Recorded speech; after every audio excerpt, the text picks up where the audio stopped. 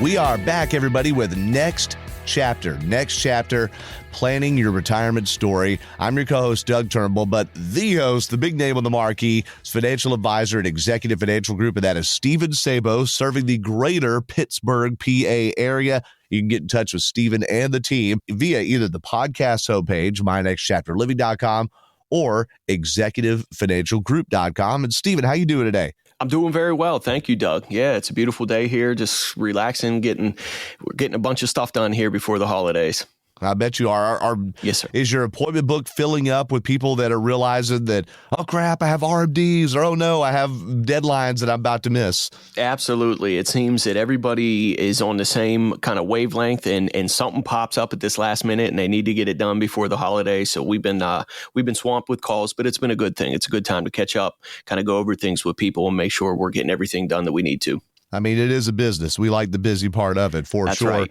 You did get a moment of relaxation. I think your fiancée celebrated a birthday. Yes, sir. Yeah, it was actually her birthday, her 34th birthday. And then actually it's been a year since we've been engaged. So, oh, congratulations. Yeah, thank you. And then you got to go, I guess, do something that's kind of vintage for you and your family. Yeah, you know what? We got a little place in the mountains, and so we were able to escape there. They had some snow over the weekend, a couple of inches of snow. So we got out and hiked in the mountains, went all through the snow, and kind of went out to dinner that night at a little ski resort. So it was a beautiful weekend. We had a really good time.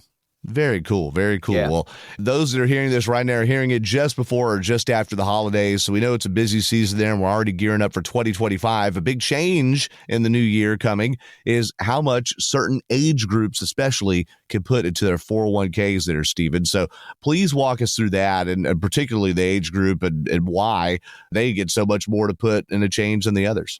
Yeah. So, like you said, there are some big changes coming. And, traditionally, anybody up to 50 years old can put in a maximum. And for 2024, that was like $23,000. And then anybody above 50 could get that catch up, which was $7,500 extra. And that's going into 401ks we're talking about. And so in 2022, there was a retirement bill that added it added something in that people between 60 and 63 get what they call a supersized contribution.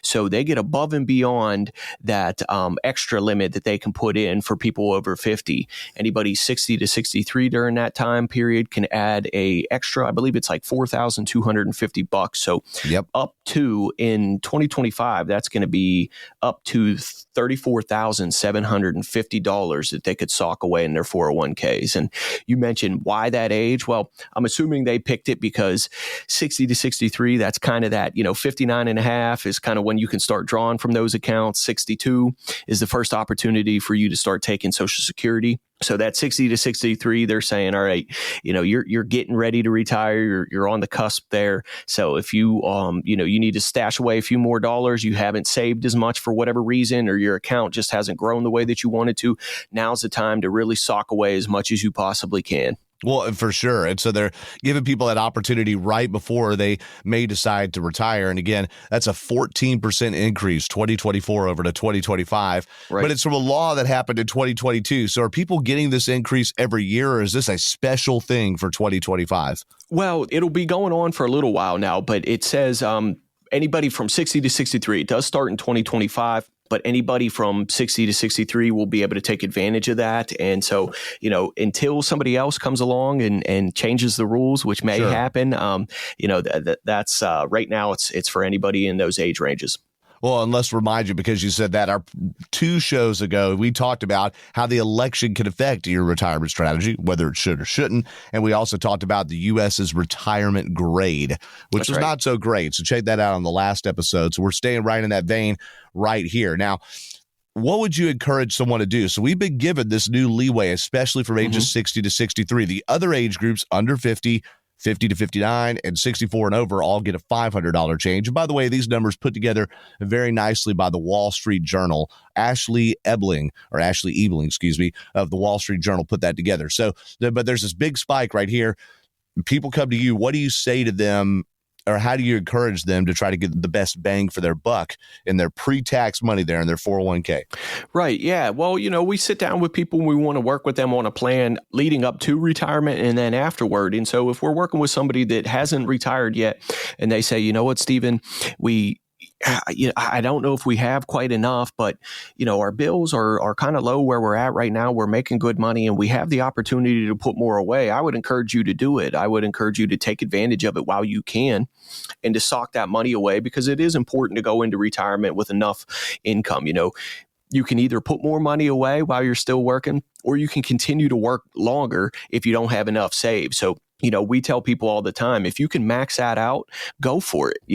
Put as much away as you can in there, because you're going to get that upfront tax break by doing it pre-taxed. So, that's going to help on the front end. And then on the back end, it's always great having more money in your retirement funds for us to create your plan with. And, we want to make sure that it's going to be enough that it's going to last you for as long as you're in retirement. So having more in there is always a good thing.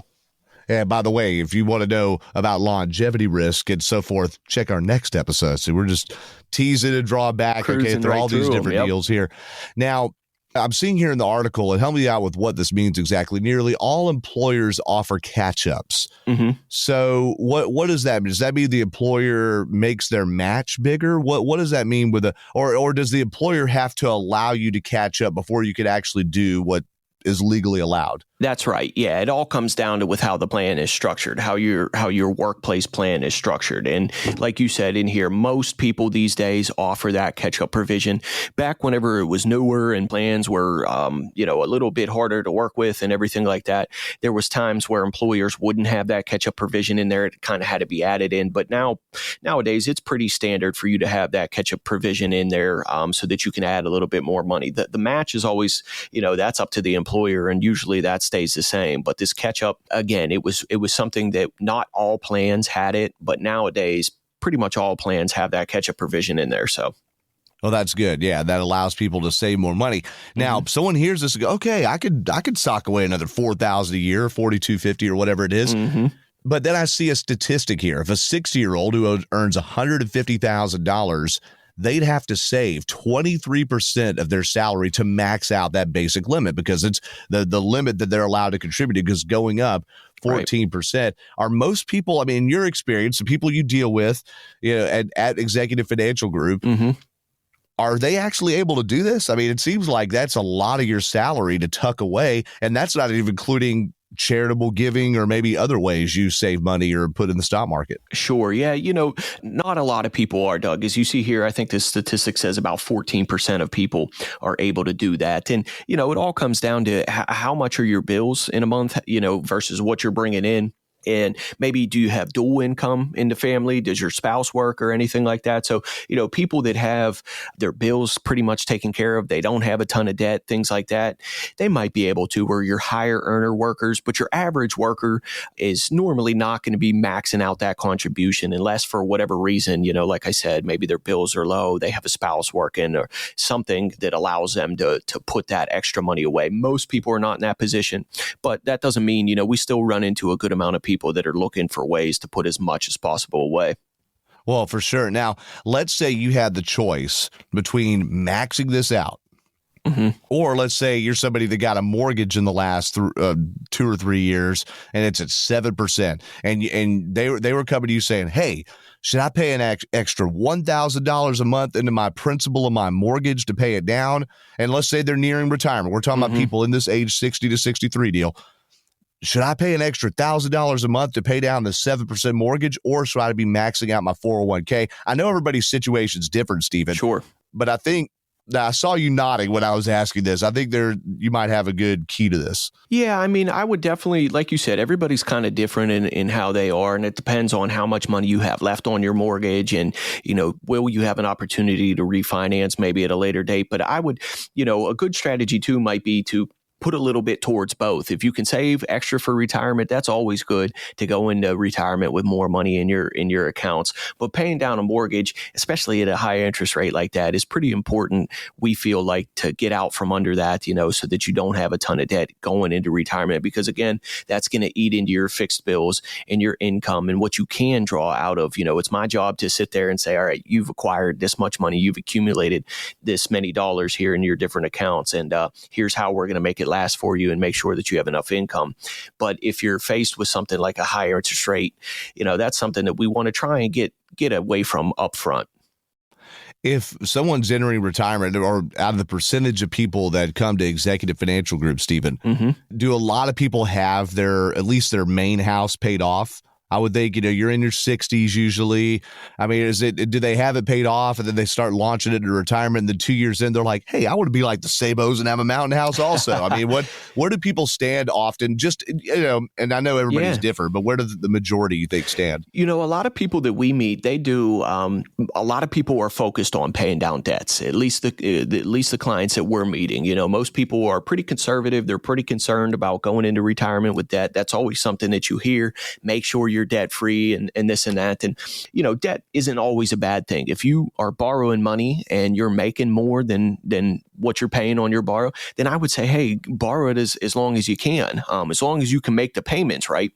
But a lot of people have that mindset that they want to get out of debt. They want to make sure their house is paid off. And so a lot of the people that we work with come to us and they have that very question. What should I do? I've got $50,000 left on my mortgage. Should we work on chipping that away at that while we're still working, or, can we leave that alone? And for everybody, it's a little bit different. If you have those extra dollars, it certainly doesn't hurt to chip away at that, and going into retirement debt free is a pretty nice thing, especially if you're going to be in that house for a while. If you say this, this is my house that I'm going to retire in, I'm going to be here for the rest of my life, or as long as I can be, then we certainly say, hey, try and get that down. If you're going to end up moving or taking out a new loan or anything like that, then it might not make a whole lot of sense. But it really just depends on the client. But we do see a lot of people really trying to get that debt down before they retire.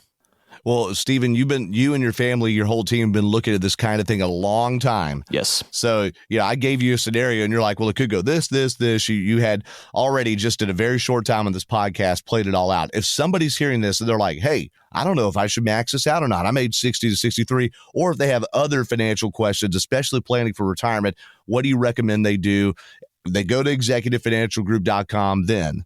Yeah, come meet with us. If you're nearing retirement, if you're ready for that, come meet with us. We specialize in helping retirees and people near retirement create strategies to enjoy, a comfortable, worry-free retirement.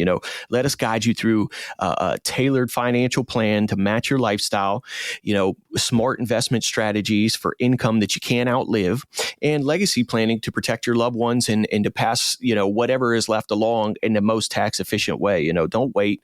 Start preparing now. It doesn't hurt. You can sit down with us, even if you're not ready to retire, to have a plan in place so that we can say, all right, at this date, we're going to pull the trigger. We're going to get you going with your income. We're going to get you retired. We'll get your Social Security, everything.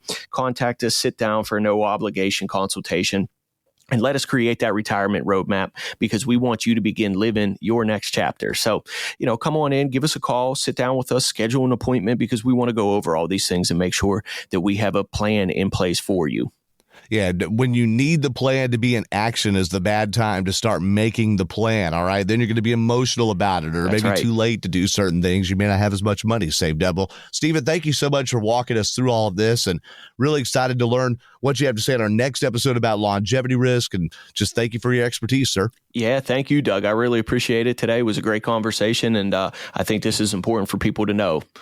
Well, if people want to hear this conversation and the others again, we're on Apple, Spotify, iHeart. We're at mynextchapterliving.com. Good place to find the podcast. And that links right through to executivefinancialgroup.com too, where you can set up that, again, no obligation consultation there to get that personalized retirement roadmap going. Well, thanks for your time, Stephen, and thanks to our producer, Daniel Salerson, for putting this out into cyberspace, and all of you for listening in. If you've heard this and you think there's somebody else in your circle that needs to hear it, send them that link, all right? And subscribe and turn on the notifications as well. These episodes come out about every 2 weeks. We don't want you to miss one there. They're usually out every other Tuesday or so.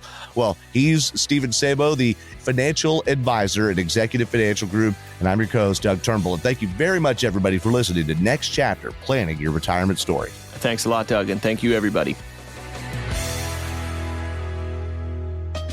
The opinions expressed by Stephen Sabo and guests on this podcast are their own and do not reflect the opinions of this podcast station. All statements and opinions expressed are based upon information considered reliable, although it should not be relied upon as such. Any statements or opinions are subject to change without notice. Investments involve risk and, unless otherwise stated, are not guaranteed. Past performance cannot be used as an indicator to determine future results. Any strategies mentioned may not be suitable for everyone. Information expressed does not take into account your specific situation or objectives and is not intended as recommendations appropriate for you. Before acting on any information mentioned, please consult with a qualified tax or investment advisor to determine if it is suitable for your specific situation. This program is designed to provide accurate and authoritative information with regard to subject covered. Investment advisory services offered through Virtue Capital Management, LLC, VCM, a registered investment advisor. VCM and Executive Financial Group are independent of each other. Pennsylvania Insurance License number 670429. Any guarantees mentioned are backed by the financial strength and claims paying ability of the issuing insurance company and may be subject to caps, restrictions, fees, and surrender charges as described in the annuity contract. Stephen Sabo and/or Executive Financial Group are not affiliated with or endorsed by the Social Security Administration or any other government agency.